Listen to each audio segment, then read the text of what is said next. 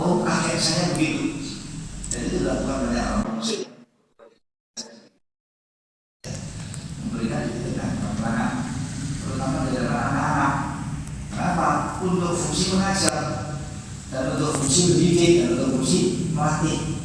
Jangan sampai kemudian anak-anak kita tidak merasa punya rasa tanggung jawab atau ingin berbagi, terutama pada kerabat-kerabat terdekatnya, anaknya, adiknya, ibunya, bapaknya, ya, suaminya, istrinya, kerabat dekat, paman, bibi, ya, bude, pade, sepupu dan lain sebagainya. Ya.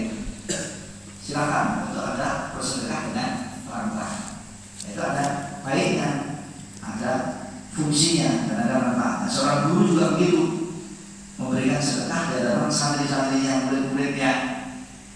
Itu dulu termasuk yang dilakukan oleh salah seorang syekh saya ketika beliau mengajarkan ayat-ayat tentang sedekah, dan di situ perintah untuk bersedekah, maka beliau merogoh kantong gocek. Saya merogoh kantongnya, dompetnya itu dikeluarkan, terus manggil santri, manggil murid, terus buka kayaknya tapang-tapangnya betul, giring-giring, kita ratus seminggu. Terus sini, nah. Ini dompet saya, ambil bersama bapak yang kamu mau ambil ini. Silakan diambil berapa mau. Nanti kalau ngambilnya malu lah, mereka ambilnya paling gitu. Jangan ambil yang paling sendiri, ambil yang untuk kalau sudah balik. Coba, ayo ambil. Oke. Saya kalau ya depan anak santri-santri betul berkesan. Sekali beliau berbuat, sekali beliau melakukan, akhirnya menjadi kesan yang positif pada santri-santri, pada murid-murid. Dulu kami juga praktek gitu, melakukan hal yang sama. Cuma di sini belum ya. Masih mudah. Baik. Jadi kita bersedekah lapangan, ada fungsi motivasinya dan penyemangatnya. Kita dengan melakukan itu, yang lain jadi bisa dapat ibrah, pelajaran penting. Bagaimana senangnya dia bersedekah dan memberikan dan berbagi kepada orang lain, dan bagaimana senangnya orang yang diberi, maksudnya mendapatkan rezeki tersebut. Ya.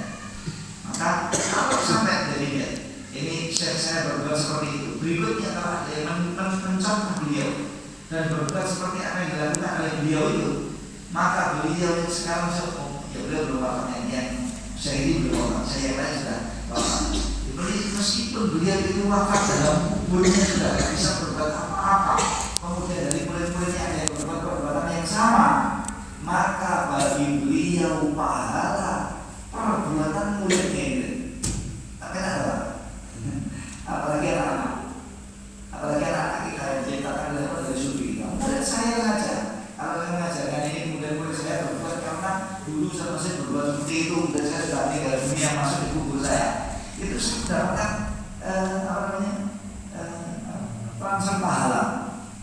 Dan pahala, saya tidur di atas tanah, sudah tidak bisa berbuat apa-apa. Saya sudah berubah menjadi tulang belulang, atau bahkan saya sudah menjadi tanah sekalipun, pahala itu terus mengalir dari Allah Subhanahu Wa Taala karena perbuatan murid saya, santri saya yang melakukan perbuatan apa yang saya ajarkan kepada mereka, baik dengan kata maupun dengan perbuatan yang seperti ini. Man sanna bil Islam sunnatan hasanah falahu ajruha wa ajru man 'amila biha ila yaumil qiyamah. Barang siapa yang mencontohkan di dalam Islam suatu hal yang baik, maka baginya pahalanya dan pahala setiap yang berbuat perbuatan yang sama. Sampai kapan? Sampai hari kiamat. Bahkan dalam riwayat lain tidak ada kekurangannya apapun. Maksudnya santri saya atau murid saya, bila mana dia bersedekah, saya ya kepepet kemampuan saya sekian gitu ya. Nanti mungkin ada di antara santri saya jadi miliarder, triliuner, sekali sedekah 1M, 2M, bahkan mungkin 1T, pahalanya berapa besar? pahala yang sama saya terima sedangkan saya tidur di usaha saya, tidak berbuat apapun juga. Makanya jangan main dengan ayat ini. Ketika Allah Subhanahu wa taala menyebut itu bersedekah yang ini, kalau kamu bersedekah terang-terangan dan kamu nampakkan di hadapan orang lain, maka perbuatan itu baik. Perbuatan itu baik, kamu terpuji kan perbuatan yang apa ya sampai ada yang contoh seperti itu saya katakan tadi. Ya, jangan kemudian malah dituduh. Ada orang sedekah terang-terangan, orang paling caper, paling jangan. Kecuali kalau memang dia salahnya dari awal dia salahnya ketok pak, salahnya ketok. Semuanya itu bocah kalau sudah musim-musimnya coba besarnya mesti iya buahnya sekali salah. Ya tengok tanda terminggu, tampang-tampang yang munafik, tampang-tampang yang orang ya hari-hari model-model itu orang itu. Tapi kalau lepas dari sebab-sebab apapun tiba-tiba ada yang berbuat dan berlaku hal yang baik seperti itu jangan dituduh, jangan dituduh. Bahkan didoakan mudah-mudahan dia niatnya bisa mampu untuk menjaga niatnya. Mudah-mudahan dia ikhlas lillahi ta'ala. Mudah-mudahan tidak terjadi apapun dari amal soleh yang dia lakukan pada niatnya, pada pahalanya dan lain sebagainya gitu. Ya, baik. Yang pertama, perbuatan ini baik kalau disembunyikan lebih baik sedekahnya. Lalu fadilatnya wa yukaffiru ankum sayyi'atikum. Sedekah seorang mukmin yang dilakukan oleh seorang mukmin potensi menghapus dosa-dosanya dan mengampunkan kesalahannya. Yukaffiru ankum sayyi'atikum. Apa yang kamu lakukan itu akan menjadi penghapus kesalahan-kesalahanmu dan menjadi ampunan dosa-dosamu. Ya dalam Allah Subhanahu wa taala, wallahu bima ta'maluna khabir, dan Allah Subhanahu wa taala teliti dengan perbuatan-perbuatan itu. Sedekahmu banyak, sedekahmu sedikit, sedekahmu banyak manfaatnya, sedekahmu minim manfaatnya, sedekahmu dalam bentuk uang, harta uang, sedekahmu dalam bentuk makanan, dalam bentuk pakaian, dalam apa saja yang kamu lakukan dengan sedekah itu tidak akan tersembunyi di hadapan Allah Subhanahu wa taala. Dan tentunya begini, kalau kita sedang melakukan suatu peribadatan, praktek ibadah, usahakan praktek ibadah kita itu dilakukan yang terbaik. Kalau mau sedekah yang baik-baik, jangan kemudian diberikan dari sedekah-sedekah itu yang buruk-buruk dan yang jelek-jelek. Ya, kalau sudah buruk-buruk sekali, jelek-jelek banget, ya sudah jangan disedekahkan dan nggak cocok untuk dipakai, nggak cocok untuk dikonsumsi. Ya, nah, itu nanti kalau nggak cocok dikonsumsi diberikan ayamnya Mas Dery aja. Makanan sudah nggak cocok, dulu berisi sudah itu diberikan dewan-dewan ternak dan lain sebagainya. Kalau mau memberikan kepada yang lain, ya jangan dulu sampai rusak dulu. Silahkan diberikan yang layak. Syukur kalau bisa memberikan yang baik-baik, lebih baik maka akan lebih besar pahalanya di hadapan Allah Subhanahu wa taala. Kemudian ayat yang berikutnya 272 Allah Subhanahu wa taala berfirman, a'udzubillahi minasyaitonir rajim. Laisa 'alaika hudahum walakinnallaha yahdi man yasha' wa ma tunfiqu min khairin fali anfusikum wa ma tunfiquna illa ibtigha'a wajhillah wa ma tunfiqu min syai'in wa ma tunfiqu min khairin yuwaffa ilaikum wa antum la tuzlamun.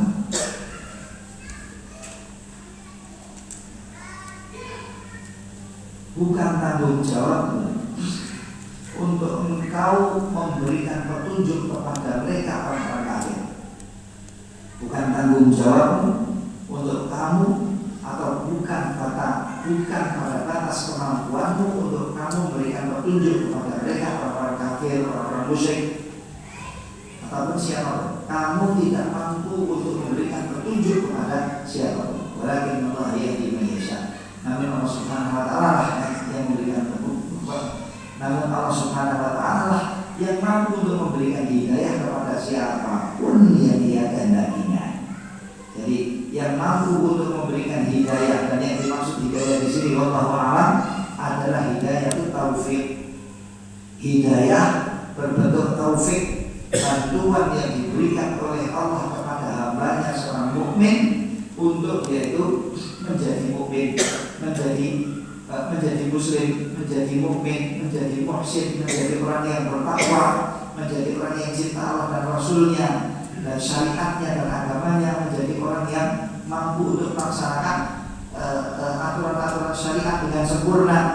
Itu semuanya hidayah dari tangan Allah, taufiknya di tangan Allah. Begitu juga seorang kafir untuk masuk ke dalam Islam. Bahkan dalam ayat lain Allah Subhanahu wa taala jelas mengatakan bahwasanya Nabi sekali pun juga tidak mampu untuk melakukan hal tersebut. Innaka la tahdi man tasha, innaka la tahdi man ahbabta.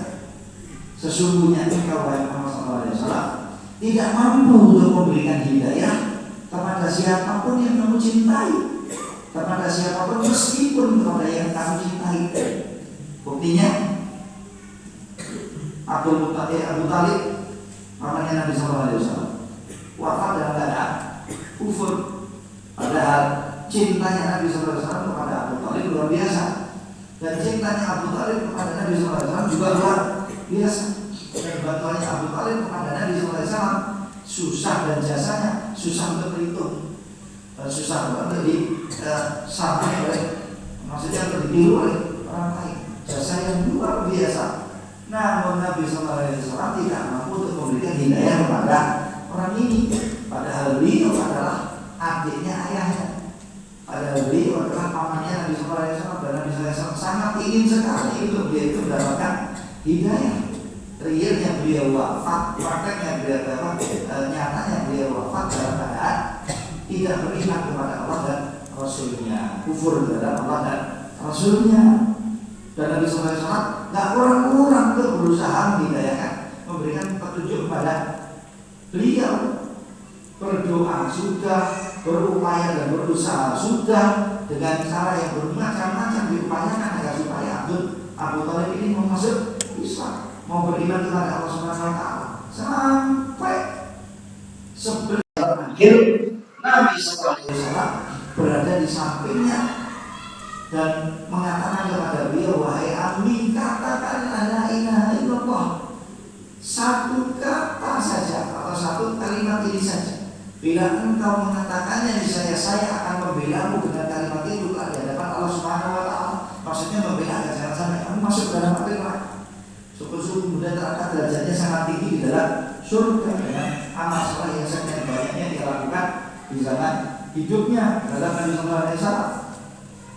Tapi Allah tidak memberikan taufik kepada beliau untuk mati dalam keadaan wafat dalam keadaan iman dan dalam keadaan Islam. Akhirnya dia menyatakan kalau dirinya wafat kufur bersama dengan tokoh-tokoh kufur, tokoh-tokoh kufur yang waktu itu juga nangini dia dengan budaya-budaya kekufuran. Rasulullah datang untuk mentalkinkan beliau untuk mengatakan la ilaha illallah.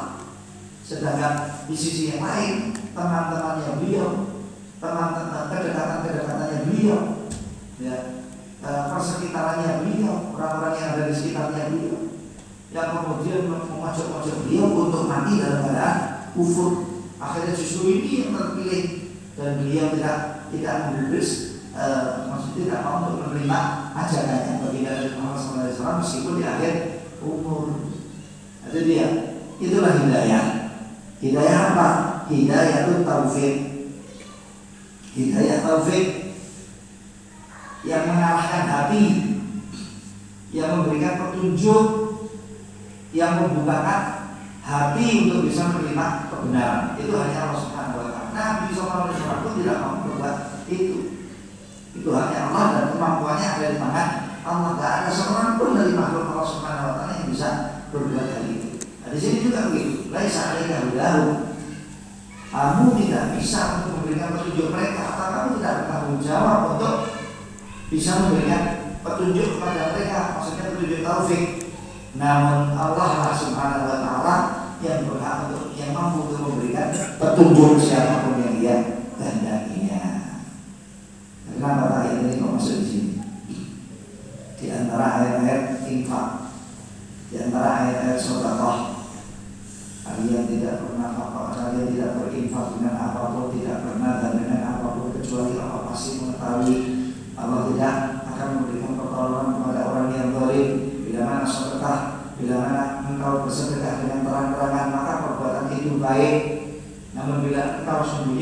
sedekah itu lalu kau berikan kepada orang-orang fakir, maka itu lebih baik bagi kalian, lebih baik bagi kalian, dan mengampunkan kesalahan kalian, mengampunkan dosa-dosa dan memaafkan kesalahan kalian.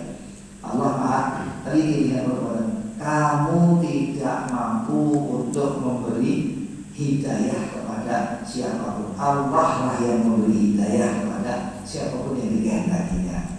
Ya, wallahu a'lam. Di sini ada isyarat bahwasannya berinfak dan bersedekah itu di dalam Islam boleh untuk dilakukan oleh seorang muslim meskipun kepada orang kafir, meskipun kepada orang munafik, orang musyrik, meskipun kepada orang munafik dan ahli maksiat.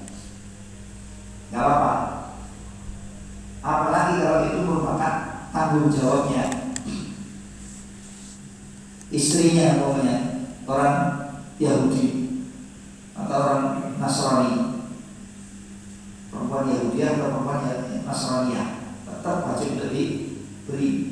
Kakak adiknya pokoknya, atau ibu bapaknya pokoknya musyrik, ya. Dia mempunyai kewajiban memberikan nafkah kepada orang-orang tersebut,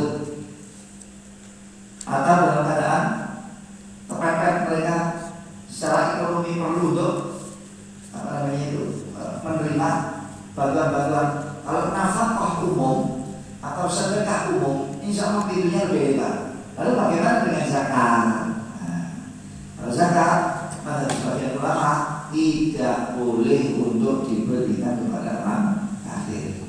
Zakat apa? Zakat mal. Zakat apalagi zakat fitrah.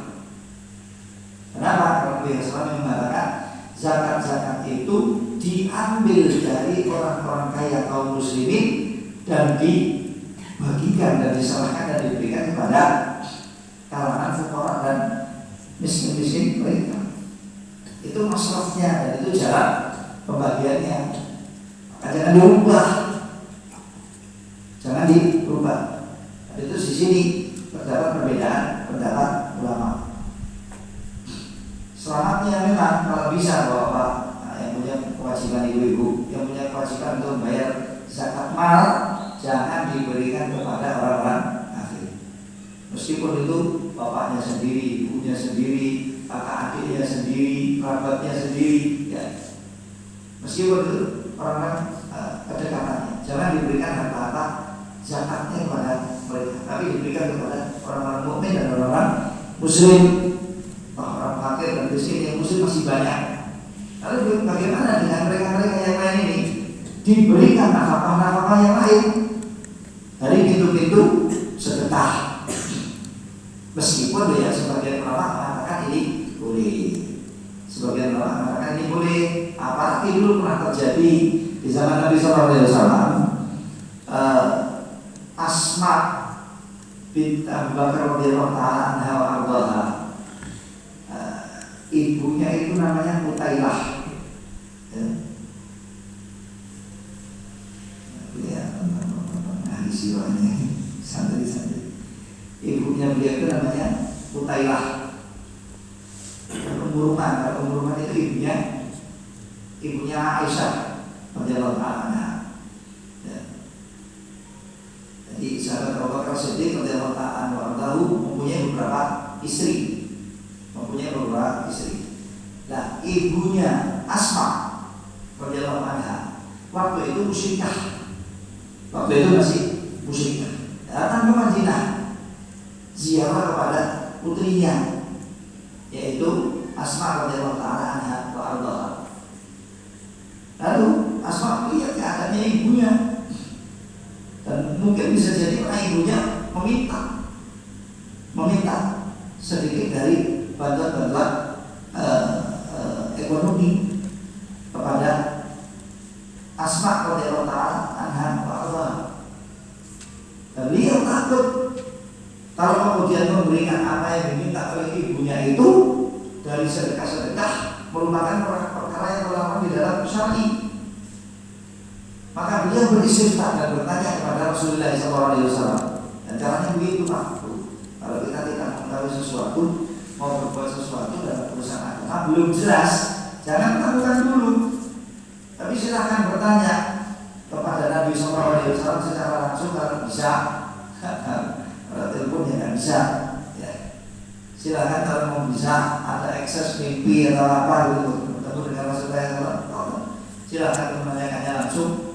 Atau kalau tidak bisa, silahkan untuk meluncuri peninggalan-peninggalan dan warisan-warisan Nabi SAW dari buku-buku sekian banyaknya yang ditulis dari karya-karya ahlul ilmi. Kalau tidak, silahkan bertemu dengan ulama-ulama pewaris para nabi.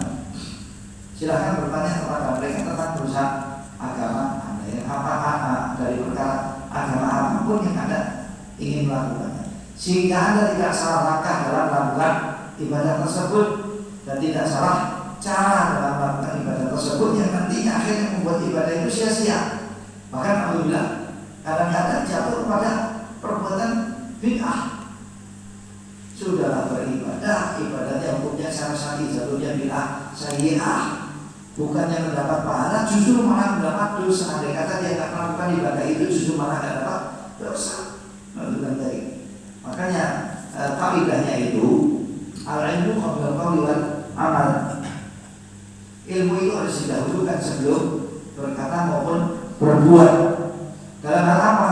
Semua hal, apalagi perkara ibadah, baik ibadah-ibadah yang ritual ataupun ibadah-ibadah umum apa saja. Pokoknya jangan sampai kita melakukan perkara-perkara apapun juga dalam urusan din kita maupun bahkan urusan dunia kita, kecuali sudah didasari dengan ilmu dan pengetahuan yang benar. Baru mari kita makan. Satu, hati kita akan tenang. Dua, apa yang kita lakukan itu tertuntun. Tiga, manfaatnya akan terpetik. Baik, kalau duluan di dunia kita akan bisa memetik manfaatnya, kalau tidak kita akan memetiknya lagi akhirat. Dan tujuan hidup kita itu semuanya bukan sia-sia. Kita diciptakan oleh Allah Subhanahu wa taala untuk mengabdi kepada Allah Subhanahu wa taala dan beribadah kepada Allah. Dan ibadah itu ada yang bentuknya ritual, ada pula yang tidak berbentuk ritual, dan semua aktivitas hidup seorang muslim dan seorang mukmin harus menjadi ibadah, harus menjadi ibadah sesuai dengan firman Allah Subhanahu wa taala, "Qul inna salati wa nusuki wa mahyaya wa mamati lillahi rabbil alamin la syarika lah." Katakan, salatku, nusuk, ibadah hajiku ataupun ibadah kurbanku, ya, dan kehidupanku dan kematianku, semuanya, aktivitas hidupku semuanya, dari mulai bangun tidur sampai tidur lagi, sampai kita tidur di dalam musara, dalam kuburan, lillahi rabbil alamin, hanya untuk mencari ridhonya Allah Subhanahu wa taala, la syarika lah, tanpa sekutu apapun. Dan ini juga sesuai dengan firman Allah Subhanahu wa taala, ya ayyuhalladzina amanu taqullaha haqqa tuqatih wa la tamutunna illa wa antum muslimun. Hai orang-orang yang beriman, bertakwalah kepada Allah dengan sebenar-benar takwa, dan jangan sekali-kali kalian mati kecuali kalian pasrah. Kecuali kalian pasrah kepada Allah, pasrah kepada Rasulnya, untuk kemudian sedia diatur oleh Allah dan Rasul dalam perkara yang sekecil apapun juga. Dan inilah pula sahih firman Allah Subhanahu wa taala, "Wa ma khalaqtul jinna wal insa illa liya'budun."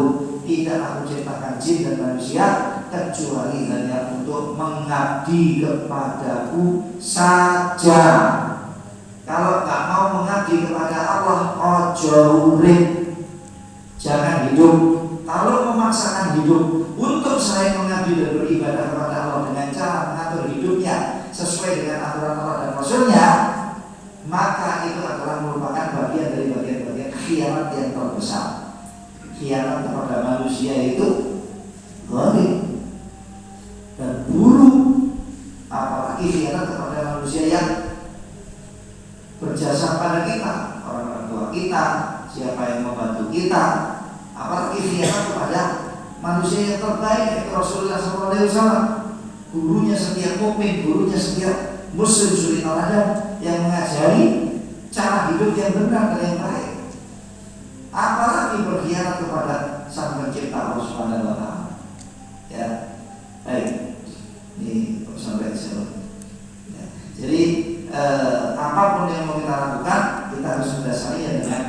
ilmu. Kalau kita tidak tahu, maka silakan kita bertanya dulu, menanyakan kepada ahli ilmu yang memang tahu seluk-beluk perkara agama dan din agar supaya petunjuk-petunjuknya benar. Baru nanti kita melaksanakannya sesuai dengan petunjuk-petunjuk yang benar tersebut. Wallahu a'lam.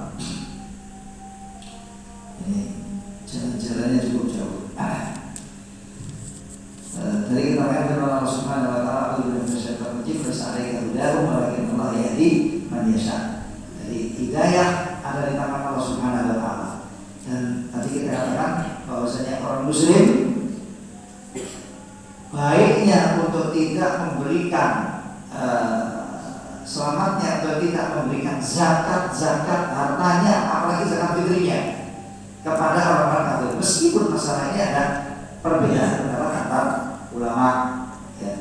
Antar ulama itu selamatnya jangan diberikan. Lalu kalau kita memberikan kepada persekitaran kita, kerabat maupun yang lain, bila mana mereka melakukan kafir atau bahkan ahli maksiat dan sebagainya, bagaimana? Ya bisa kan Bapak silakan diberikan, tapi silakan diberikan dengan pemberian yang lain. Kita akan lebih selamat dan akan lebih baik. Wallahu a'lam. Lah ibunya Asma datang kepada Asma, lalu akhirnya dia juga meminta.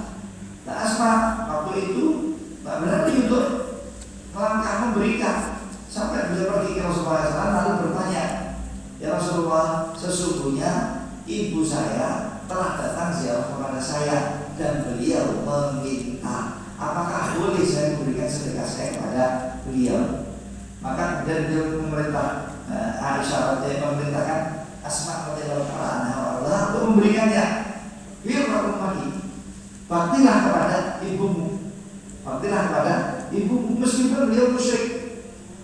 Maka beliau diterima dengan baik, diberi, dijamu, kemudian setelah pulang ya digawani, diberi kebutuhan-kebutuhannya ibunya. Jadi hal itu tidak dilarang di dalam Islam.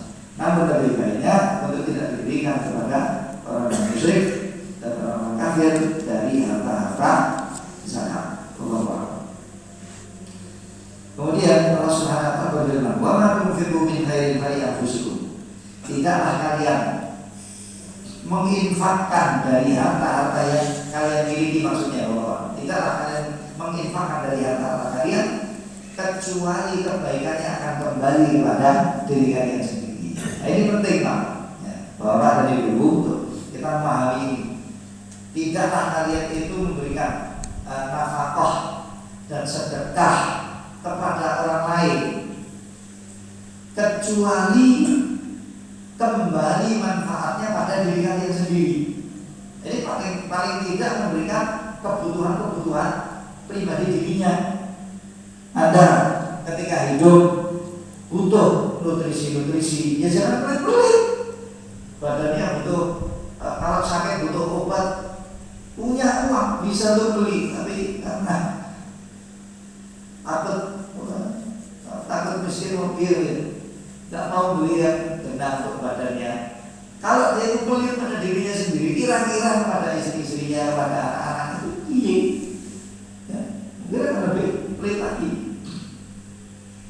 Bersedekah pada dirinya sendiri, mencukupi kebutuhan dirinya sendiri itu ibadah, dan itu akan membawa nilai pahala pada sang pelaku, akan kembali kebaikannya pada dirinya sendiri. Apalagi kemudian dia memberikan nafkah dan memberikan nafkah, memberikan pemberian, memberikan hadiah, hibah kepada istri-istrinya, kepada anak-anaknya, kepada bapak ibunya, kepada kakek neneknya, kepada siapapun yang kemudian menjadi tanggung jawab atas dirinya. Berapapun Anda berikan kepada mereka, maka kebaikannya akan kembali kepada diri Anda. Semakin besar, semakin banyak, semakin baik, tentunya semakin manfaat ya. Kalau kemudian memberikan kepada anak-anaknya, ini pokoknya semakin banyak kita sedekah semakin baik. Cah cilik ngerti opo-opo, anak kecil nggak ngerti apa-apa, dicuri dengan uang. Nah itu salah kaprah. Hati-hati dengan firman Allah Subhanahu wa taala yang lain. Wala tu'tus sufaha'a amwalakum allati ja'alallahu lakum qiyamah. Janganlah kalian itu memberikan orang pandai atau kurang pandai, dan tafsirannya nanti silahkan Anda lihat sendiri. Firman Allah Subhanahu wa taala itu sufaha, orang-orang yang kurang pandai. Itu di situ tuh maksudnya siapa? Kalau disebut di situ adalah orang-orang wanita dan anak-anak kecil.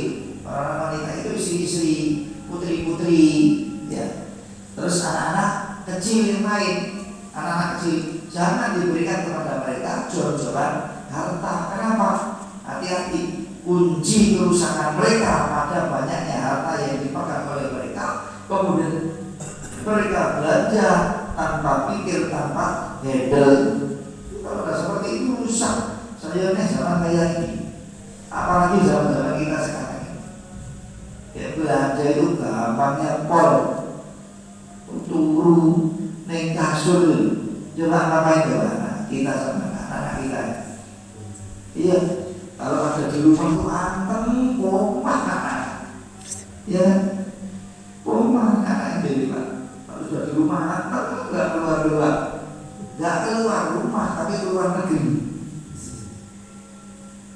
Lanangnya wedok produk.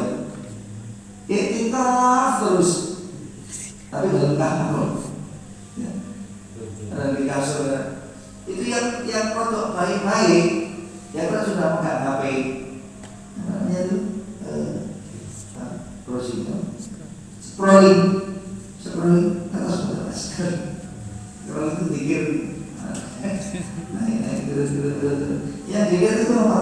Shopee, Blibli, terus Lazada, sing banter perseisen, Tokopedia, Tokped, apa lagi? TikTok, apa lagi? Itu aja. Kita tak keluar dari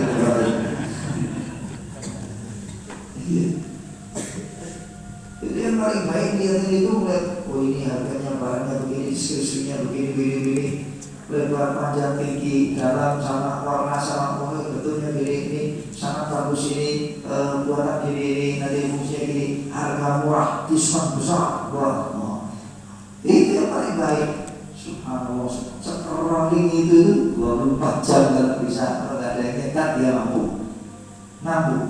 Nanti habis itu masuk keranjang. Kenapa kok orang keranjang dulu, nanti kan kalau sudah ada duitnya baru kita beli. Nah kalau anak yang seperti ini kemudian diberi keuangan, itu kira-kira apa? Rumahmu itu pindah dari toko menjadi apa? Betul. Rumahmu itu nanti jadi toko. Bener. Apa anakmu singkulaan itu insya Allah nggak lama mas apa ini mas Bu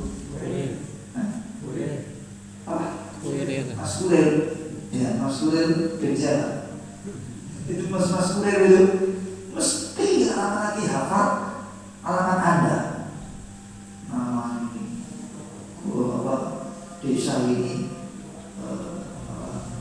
habis itu dusun ini, terus RT, RW, kecamatan, nama Anda atau nama alamat rumah Anda nanti akan segera masyhur, dikenal oleh kalangan tertentu, namanya Mas Kurir. Ya, itu lumayan kan kalau nggak salah-salah gitu. Terus itu satu demo, rotak, ada plastik irungnya. Siapa itu yang bawa? Anak Anda. Siapa? Istri Anda yang belum pandai gitu. Gara-gara siapa? Ya saya sama Anda. Kenapa ngasih atur pada mereka harta-harta kita tanpa batas? Mestinya mesti atur. Dan nanti kalau yang seperti ini dibiarkan, rusak. Anak-anak itu rusak, istri-istri rusak. Kalau sudah rusak, anak-anak rusak sama istri-istri rusak, rumah tangga jebol. Bukan jebol itu dengan perpisahan atau dengan tolak. Ya, tolak itu juga jebol. Tapi nanti ada yang nggak tolak, tapi keluarganya itu sudah bukan lagi keluarga Islam.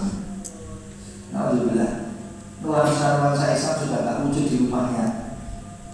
Rumah itu sudah tak ada lagi kelihatan sholat yang khusyuk, tilawah-tilawah yang khusyuk, zikir-zikir yang khusyuk, doa-doa yang khusyuk, apalagi titisan-titisan mata.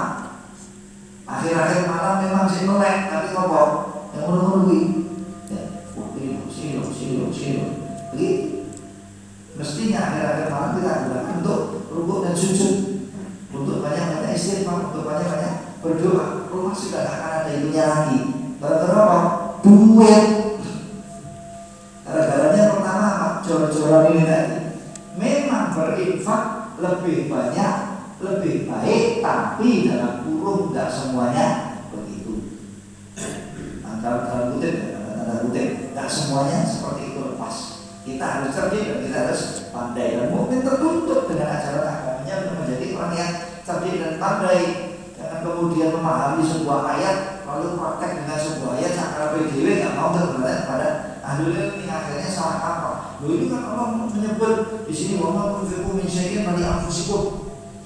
Berapapun kamu bersedekah, apapun yang kamu sedekahkan, maka pahalanya akan kembali pada dirimu. Maka saya ingin Pak, saya banyak, saya kasih istri saya duit banyak, saya kasih anak saya duit banyak, saya baru ibu baru. Ya. Ada bubarnya setelah kita wafat, selagi kita masih ada, mungkin baik-baik. Begitu kita wafat, na'udzubillah, istri murtad, anak jebol, ya. Terus keluarga tak karu-karuan dan lain sebagainya. Ya, Pak Dulono, Pak Dulili baru meninggal, tiba-tiba rumahnya sudah menjadi medan tempur Iran sama Israel, jebol kan. Kenapa? Perebutan warisan dengan cara yang tidak benar, karena tahu manisnya harta. Masalah bagi warisan itu apa-apa, bahkan baik. Makanya disebut dari sebagian ulama, warisan itu kalau tidak segera dibagi, maka warisan yang akan membagi keluarga. Paham tuh? Pak, Bu, warisan kalau tidak segera dibagi, maka warisan yang akan membagi-bagi keluarga. Maksudnya membagi-bagi keluarga, mentok-mentok keluarga, yang akan memecah belahkan keluarga. Makanya kalau sudah lulus merampung urusan-urusan, langsung beresi urusan warisan. Urusan warisan itu diberesinya, maksud saya bukan dibagi duduk duitnya, bukan diduduk hartanya, tidak, tapi kumpulkan siapa yang berhak untuk menerima warisan itu, lalu warisannya disebutkan apa saja, lalu disebut kepada mereka semuanya. Aturan syariat ajaran agama kita semua, yaitu Islam, adalah ini mendapat sekian, ini mendapat sekian, ini mendapat sekian. Kalau ada di situ silahkan bisa dibagi, silahkan dibagi. Kalau masih ada harta yang menetap tidak bisa dibagi, masing-masing sudah tahu haknya sendiri-sendiri dan sudah jelas. Nah itu yang meninggal di dalam kubur juga lebih tenang. Mau mati kok urusan harus ini warisan, boleh rambut dengan kamu putih itu ya. Kamu nggak paham agamamu sendiri. Kalau kamu paham, kamu mempelajarinya, justru ini kan yang paling benar. Berapa banyak warisan memecah belah keluarga gara-gara warisan itu gak segera dipecah belah dan dibagi-bagikan gitu. Wallahu ta'ala. Nah, ini yang dunia itu kalau tak disikapi dengan baik seringkali menjadi sumber fitnah, seringkali menjadi sumber fitnah dan akan kembali kepada orang-orang muslim ya, saya nggak bicara dikafir sama muslim, akan kembali kepada seorang muslim menjadi cobaan-cobaan dan alhamdulillah sering juga akan menjadi bala dan ujian berat. Maka dari itu hendaknya disikapi dengan baik. Kemudian di sini Rasulullah SAW menyebut wa ma tunfiquna illa ibtigha'a wajhillah, dan tidaklah kalian berinfak kecuali pasti infak kalian harus untuk mencari ridhonya Allah. Ayat ini, potongan ayat ini bentuknya seperti informasi dan kabar dari Allah kepada kita, tetapi hakikatnya di dalamnya ada perintah. Maksudnya apa? Kalau kalian berinfak, jangan sampai berinfak kecuali hanya mencari ridho Allah. Jangan sampai kemudian Anda berinfak tujuannya untuk perkara-perkara dunia apapun juga, sekecil apapun juga. Kenapa? Merusak pahala infak itu. Maka kalau Anda berinfak, Jangan sampai kemudian niatnya tercampur dari niat ikhlas karena Allah meskipun sekecil apapun juga. Wa ma tunfiqu min khairin yuwaffa ilaikum, dan tidaklah kalian berinfak dari harta sekecil apapun kecuali akan dibalas bagi kalian. Wa antum la tuzlamun, dan kalian tidak akan terzalimi sekecil apapun dari hak-hak kalian. Wallahu a'lam kelak di sisi Allah Subhanahu wa taala. Ya. Dengan ini ada orang yang berinfak, ada orang yang ini firman Allah, wa tunfiqu min khair, tidaklah kalian berinfak dari harta kalian yang dititipkan oleh Allah pada kalian sekecil apapun, ya, kecuali pasti akan dibalas bagi kalian. Kita berinfak dari harta kita 10.000, maka balasannya tidak kurang dari 100.000. Nilai infak 100.000 itu tidak kurang. Kalau satu niatnya benar dan yang kedua caranya benar. Tetapi kalau salah satu dari dua syarat ini jebol, maka infak itu tidak akan ada nilainya, tidak akan ada pahalanya. Ya. Tapi kalau muslim berinfak, niatnya betul lillahi ta'ala, dan caranya dan jalan infaknya benar secara syar'i, maka minimal pahalanya adalah pahala infak 100.000. Dan kalian tidak akan terzalimi dengan itu saat kita kembali kepada Allah. Tidak perlu untuk kita nagih, pahala itu akan datang. Berapa?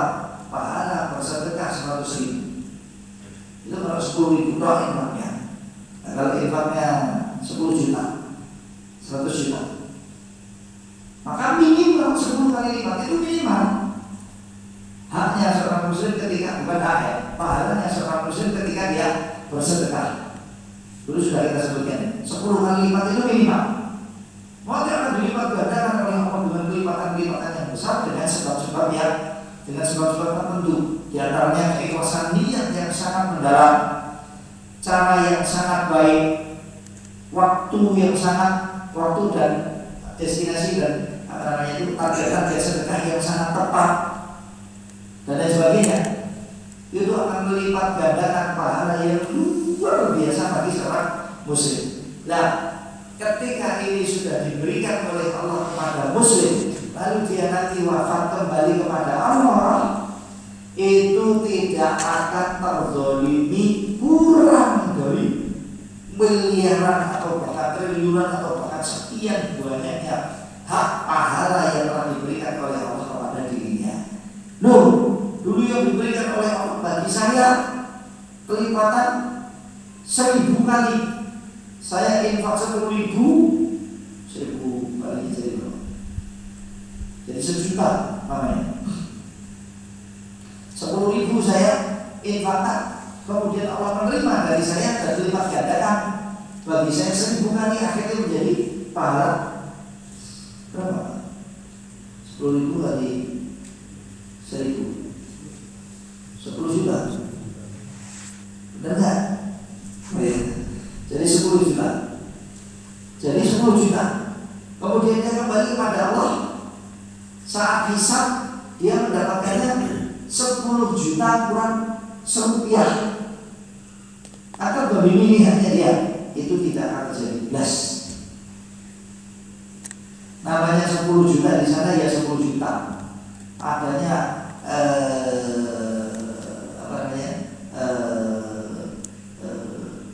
100 juta turun, kemudian terpotong jadi 50 juta, itu adanya cuma di merah putih. Dan yang sekitar saat ini, mudah-mudahan segera Allah Subhanahu wa taala ganti ini semuanya. Ada korupsi dan kebiasaan maling. Ya, pusatnya banyak pejabat-pejabat yang menjabat tugas-tugas di urusan birokrasi negara. Mudah-mudahan Allah Subhanahu wa taala segera ganti.